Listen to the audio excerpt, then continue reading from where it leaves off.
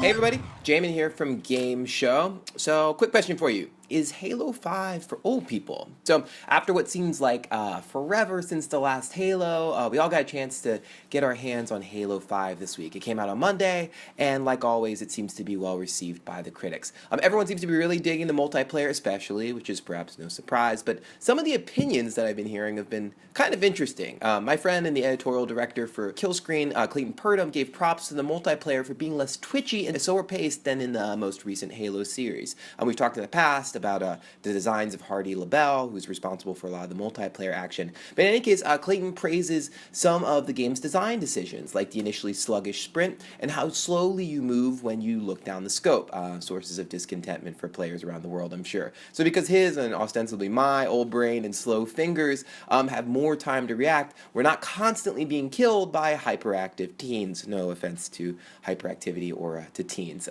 That's more common in a relentless game like Call of Duty. So this kind of made me wonder, is Halo 5 actually for old people? So we did some Googling, and it turns out that it's not just Clayton wondering if Halo is too slow or too fast, or whether or not that's a big or important thing. Whether it's a good or bad thing, that's actually a point of contention. So I feel like the difference of opinion might be due to the wide age range of the people who play these kinds of big mass entertainment video games. So if you look according to a recent ESA survey, players are divided pretty evenly between younger and middle ages, just like in real life. But one thing that you notice is that the average age of players is gradually creeping upward, just like in real life. 39% of players are now 36 and over, while only 29% are under the age of 18. But if you look at the same study from 2012, you find that the number of older gamers is actually on the rise and younger players are shrinking. So what this suggests is that the gaming population is getting older, and sooner or later game designers are going to have to finally take notice and start, I don't know, depending on which side of the fence you're on, dumbing down their games instead of making them more technical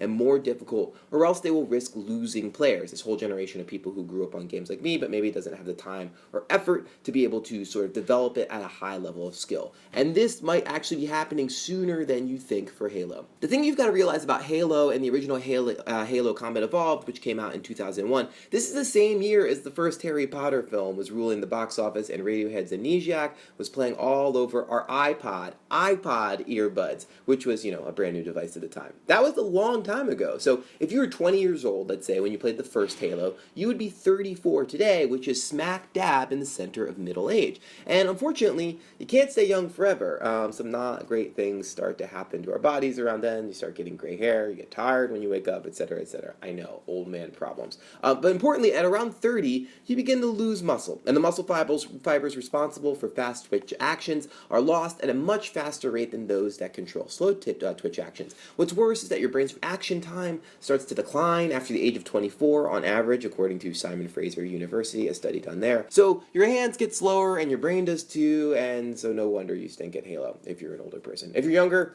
enjoy it. You're on top of your game right now. But anyway, this phenomenon is not entirely new to games. Hip-hop is notoriously youth culture oriented. Drake, for instance, has said that he wants to quit rapping before the age of 35. Jay-Z is a notable, perhaps, exception to the rule, though arguably, as he's gotten older, he's lost a bit of his edge, focused on a lot of other things, like being a father. But Drake's audience doesn't need to be under 35 to see or hear Hotline Bling, although that might help explain why people like it. But with a shooter, it's actually kind of mandatory, right? Like in music, the age of your audience doesn't really matter, but in games, the age of your audience actually does. So what would be really interesting to see is if developers could find ways to balance games to accommodate different ages. I know this sounds totally nuts, but if we don't, sort of look at those kinds of solutions, Halo 10, Master Chief might just be in a rascal shooter. Everything's going to be in slow motion for, old players like me.